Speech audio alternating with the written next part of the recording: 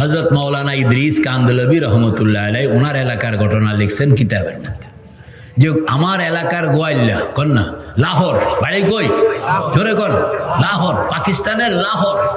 আমার এলাকার একটা ছেলে বয়স হবে 15 থেকে 20 বছর, সে লেখা নাই পড়া নাই, সে গোয়ালিয়ার ছেলে, গোয়ালিয়া মক্কা শরীফ যাইব। তো এখন লাহোর থেকে মানুষকে জিজ্ঞেস করে, ভাই মক্কা শরীফ লোকেরা যে যায় কেমনে কেমনে যায়? যে তুই তো জানোস না, লাহোর থেকে করাচি, করাচির থেকে পানির জাহাজ, কথা বলেন না, পানির জাহাজে জিদ্দা, জিদ্দা থেকে মক্কা শরীফ।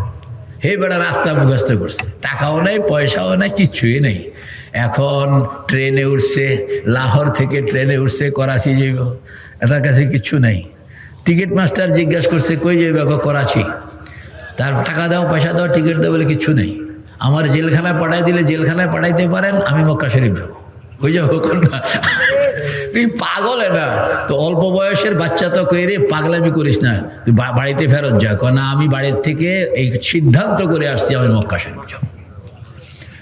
করাচি আইসা নামছে, নাইমা এইখানের মধ্যে পোর্ট মানে চেকিং, ঢুকতে তো পারে না। হযরত মাওলানা ইদ্রিস কান্দলবি রহমতুল্লাহ আলাইহি বলেন, এই পোলায় দেখলো যে আমাকে শিপে ঢুকতে হবে। কিভাবে ঢুকবো? যখন পেটে ক্ষুধা থাকে, পিপাসা থাকে, তখন পানি সে নিজে আবিষ্কার করে নেয়। সে দেখছে যে মানে প্যাসেঞ্জাররা ঢুকতে আসে, আর আরো কিছু মানুষ ঢুকে প্যাসেঞ্জারদের আপনার মালপত্র লইয়া, এদের কয় কুলি, এদেরকে কি বলা হয়? তো কুলি একটার লগে খাতির করছে, ভাই তোমার কাপড় চোপড় গুলো কুলিদের পোশাকে হইল তার সিম্বল, বলেন না, কুলিদের পোশাকে হইল তার সিম্বল। আমি 2-3 দিন এখানে মাল বহন করব, তোমার উর্দিটা, তোমার পোশাকটা আমারে দিবা, ইনকাম তোমারও কিছু দিব, আমিও কিছু দিব। তো বুড়ায় রাজি হয়েছে, উর্দি দিয়া দিছে। সে এখন দৈনিক খালি মাল পার করে, না মাল কি শেষ দিন আজকে শিপ ছেড়ে দিব। এই বেড়ায় আল্লাহু আকবার কাবীরা, সে উর্দি লইয়া ভিতরে ঢুকছে। ঢুকিয়া উর্দিগুলো খুললা, পোশাকগুলো খুললা, আরেক কুলিকে দিয়া কয় যে অমুক মুরব্বীকে আমার এই পোশাকগুলো দিয়া দিবেন, এটা ওনার আমানত। আর সে মালপত্রের ভিতরে পলায় গেছে। শিপ যখন স্টেশন ছেড়ে চলে গেল অনেক দূর, এখন ওরা ইচ্ছা করলো তাকে সরাইতে পারবে না। তখন বিবস্ত্র অবস্থায় শুধু একটা জাইঙ্গা পরনে ছিল, ভিতর থেকে বেরিয়ে আসছে। তো হঠাৎ করে বিমানের ভিতরে যদি এরকম কোনো জন্তু জানোয়ার নজরে পড়ে, সবাই নজরে পড়বে না? বলে এই কি বাপরে, শিপের মধ্যে, এটা ভিআইপি এলাকা, এখানের মধ্যে এই অবস্থা কেন? তো পাকিস্তানের আরেক ব্যবসায়ী করাচির, সেটা দেখেই ডাক দিছে, ডাক দিয়া তোমার এই অবস্থা কেন, তুমি কে? আমি মক্কা শরীফ যাবো। তার জবাবে হইলো এটা, আমি মক্কা শরীফ যাবো। দেখছে যে এই লোক তো আসলে পাগল, মক্কা শরীফের পাগল। মানে পাকিস্তানি ব্যবসায়ী, সে বলে যে তোমার যে ড্রেস আপ, তুমি তো থাকতে পারবে না এখানে, তোমাকে অ্যারেস্ট করে ফেলবে। তাড়াতাড়ি করে উনি ওনার ব্যাগের থেকে অ্যাটাচি খুললো, খুললে একবার ইস্তারি করা পায়জামা, ইস্তারি করা পাকিস্তানি পোশাক, এইসব তাড়াতাড়ি লাগাবে না, তাড়াতাড়ি করে সে লাগাইল। লাগাইয়া মোটামুটি সে এখন প্যাসেঞ্জার হয়ে গেছে। ওনার যে আমার লগে থাক, আমি তো আমার সবসময় একটু পিয়ন চাপরাশি সবসময় লাগে, এখন তো আমি মক্কা শরীফ যাইতেছি, আমার লগে কোনো পিয়ন চাপরাশি কেউই নাই, তুই আমার লগে থাক, একটু হেল্পিং কর, খানা দানার ব্যবস্থা আমার এখান থেকে চলবে, আমার কোনো অভাব নেই। তো খানার ব্যবস্থা হয়ে গেছে। কিন্তু উনি যেটা ভুল করছেন সেটা হলো, জেদ্দায় জাহাজ পৌঁছানোর আগে উনি বললেন যে বাবারে, তোরে তো আমি এই পর্যন্ত আনলাম, কিন্তু জিদ্দার চেকিং তুমি কিভাবে অতিক্রম করবে? এটা তো খুব খুব কঠিন চেকিং হয়, খুব কঠিন চেকিং হয়। এটা মূর্খ মানুষ তো এই কথাটা কোনের কারণে পুরোটা ভয় পেয়ে গেছে। এবং তার ভিতরে একটা আবেগ, আর এই বয়সের বাচ্চাদের আবেগ কিন্তু সহজে মানে প্রশমিত হয় না।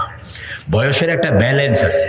আপনা আমার যদি হয় তা আবেগকে আমরা চাপ দিয়ে ফেলবো, কিন্তু এই কিশোর বয়সের আবেগ ওরা চাপ দিতে পারে না, সে নিজেকে মানে কন্ট্রোলে রাখতে পারে না।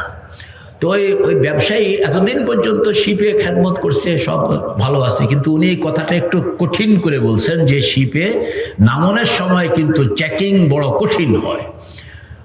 ছেলেটা কথাগুলো শুনলো, শোনানোর পরে সে নিজেকে কন্ট্রোল করতে পারলো না। ইদ্রিস কান্দেলভি রহমতুল্লাহ আলাইহি বলেন যে শিপ যখন জেদ্দার ঘাটে পৌঁছছে এবং সে শিপের মাথায় চলে গেল, সে কিছুক্ষণ আকাশের দিকে তাকায় থাকল।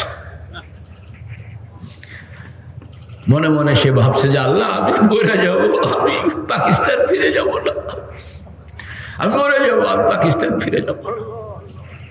সে কতক্ষণ আকাশের দিকে তাকাইয়া কাউকে কিছু জিজ্ঞেস করলো না, সে সাগরে ঝাঁপ দিয়া দিল। ওই ব্যবসায়ী পরে কয় যে আমার কাছে এত খারাপ লাগলো যে আমি তাকে কথাগুলো এত কঠিন কেন বললাম। পুলিশে ধরে নেওয়া যেত, জেলে নেওয়া যেত, একটা কিছু হয়তো, লোকটা তো বেঁচে থাকতো অন্তত, কিন্তু আমি তাকে, কিশোর মানুষ, কথাগুলো আমি আসলে ঠিক যেভাবে বলা দরকার ছিল ঠিক হয়নি। তো এটা সে খুব, এই কথাগুলোর কারণে সব খুবই ব্যথিত ছিল যে ছেলেটা শিপ থেকে লাফ দিলে তো আর তাকে আর ফিরে আনা যায় না। আমি সারা পথ শুধু এই তওবা করতেছি যে আমি কেন তাকে এরকম ভয়ের কথাগুলো শোনাইলাম। আমি হজ করলাম, হজ করার পরে আমি আরও কয়েকদিন সেখানে আসি, মদিনা শরীফ যাব, অপেক্ষায় আসি। হঠাৎ করে দেখলাম যে একটা গাড়ি, এবং এই গাড়িটাকে আবার, গাড়ির সঙ্গে পাহারাদার গাড়ি আছে দুইটা, বলেন না, পাহারাদার গাড়ি আছে দুইটা, মাঝখানে হলো মালিকের গাড়ি, মালিকের গাড়ি থেকে ওই কিশোর আরাবিয়ান ড্রেসে নামতে আসে, বলেন না, সেই কিশোর আরাবিয়ান ড্রেসে নামতেছে। আমি দেখে তো পাগল হয়েছে। তুমি বলে, আমি বলে, তুমি কি হজ করছো? বলে, হ্যাঁ আল্লাহ শুকর হজ করছি। বলে, তুমি না ঝাঁপ দিয়া সাগরে পড়ে গেল? বলে, হ্যাঁ সাগরে পড়ে গেছিলাম। তো বলে, এটা কিভাবে? আগে আমার সঙ্গে গাড়িতে উঠে গেল যে মক্কা শরীফে একটা বিরাট বাড়িতে সে এখানে মোটামুটি আছে, এবং তার মা বাবাকে পাকিস্তান থেকে নিয়ে যাওয়ার জন্য পাসপোর্ট ভিসার আয়োজন করতে আছে। আজব। বলে, তুমি তো মাথা খারাপ করে দিলা, ঘটনা কি? তো ঘটনা সে বলছে যে সে যে ঝাঁপ দিয়ে পড়ে গেছে, 2 দিন কোথায় ছিল আল্লাহ মাহবুব জানে। 2.5 দিনের মাথায় সে নিজেকে পাইল যে শিপ এরিয়ার যে আপনার বাউন্ডারি আছে না, কাঁটাতারের বেড়া, এদিকে হলো সমুদ্র, ওইদিকে হলো কাঁটাতারের বেড়া, মাটি এবং পানির মধ্যে সে শুয়ে আছে। কে তাকে এখানে আনছে আল্লাহ মাহবুব জানে। আমি মাটি পানির মধ্যে শুয়ে আছি, সূর্য উঠলো, আমার কাছে যেন আমি স্তম্ভিত ফিরে পেলাম।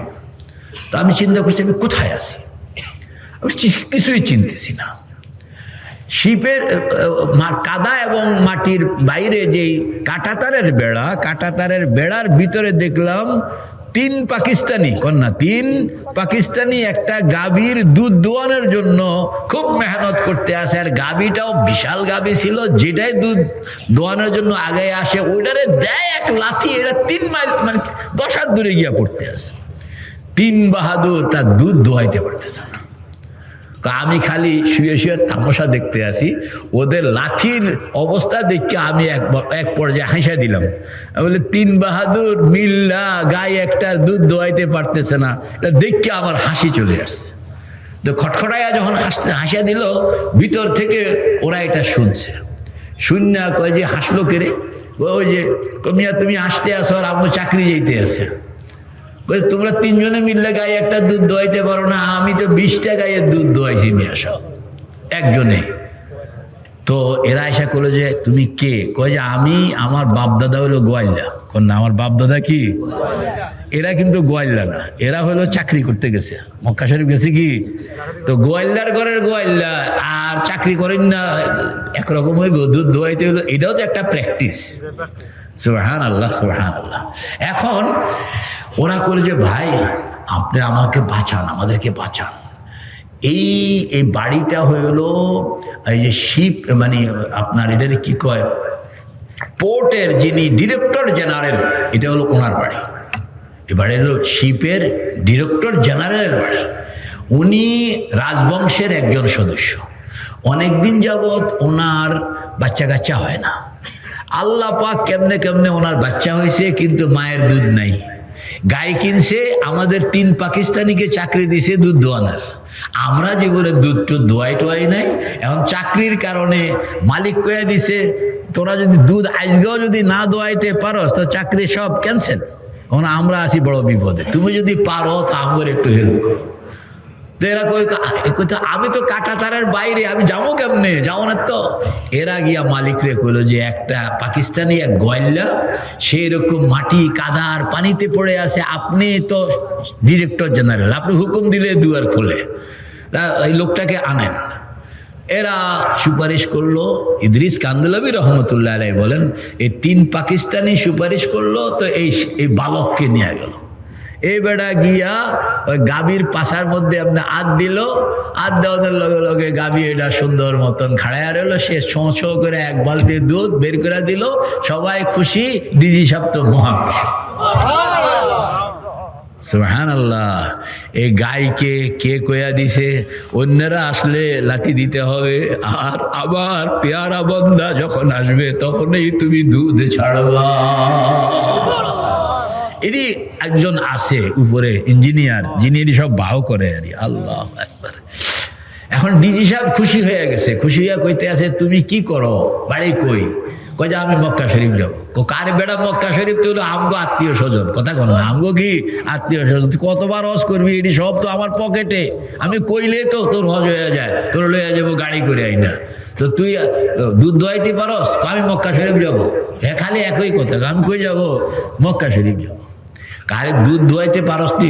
আমগো 14 গোষ্ঠী দুধ ধোয়াই না পাবলিক। তাহলে তো ভালো ভালো কথা। কয়টা গরুর দুধ দোয়াইতে পারো? আমি তো 20টা এখন চালাইতে আছি। কয়টা চালাইতে আছি? 20টা চালাইতে আছি। কয় যে ঠিক আছে, তুমি তো 20টা, আমি তোমারে 10টা গাভী কিনা দিব, আর এই 10টা গাভীর পুরা ডাইরেক্টর তোমারে বানাইলাম। কথা কন না, যে তুমি এই 10 গাভী দুধ দোয়াইবা, এগুলো করবা, তোমার এটা চাকরি, তোমার কি লাগবে কও। তোমার এখানে আমি ফার্ম দিয়ে দিব, গাভীর দুধের ফার্ম দিব। এরা বিশাল পরিকল্পনা, এর জন্য পাসপোর্ট ভিসা রেডি। এর পাসপোর্ট ভিসা করেন, এর শুধু একটা একামা ইস্যু করছে ডিজি, যে আমার লোক। কি কয়? আমার লোক। আর এরপরে এরা কইছে তোমার বাবা কি করে, মা কি করে? কয় যে আমার বাবা তারাও গোয়াইলা। কয় ঠিক আছে, এগোর নাম ঠিকানা দাও, এরপরে আমি ফোন করতে আসি, এগোরে নিয়ে আসো। আমি তোমাদের ফ্যামিলিকে দিয়ে এখানে একটা বিরাট গরুর খামার করতে চাই। আমি তো মক্কা শরীফ যাইতাম। আরে মক্কা শরীফ তো এক করে তোর বানাইতে আসি, কাপড় চোপড় লাগাইয়া ওর মক্কা শরীফ হজ টজ করাই আইন না, একটা বিল্ডিং এর জিম্মাদারি দিয়া দিল, বলে এই বিল্ডিং তোমার অফিস, আর এখানে আমি তোমার মা বাবাকে আনতেছি, আমি 100 গাভীর আয়োজন করব, এবং পুরা department, you are the director of this department. जब चाहा मोर ने कि जाओ बैते अतहर में, जब चाहा मोर ने कि जाओ बैते अतहर में, खुदा ने पहुंचा दिया लगे पाए कबूतर में। कार कार मन चाहे मक्का शरीफ, कार कार मन चाहे मक्का शरीफ, कार कार मन चाहे मक्का शरीफ। नाराए तकबीर। दुरूद शरीफ पढ़ें। अल्लाहुम्मा सल्ली अला सय्यिदिना।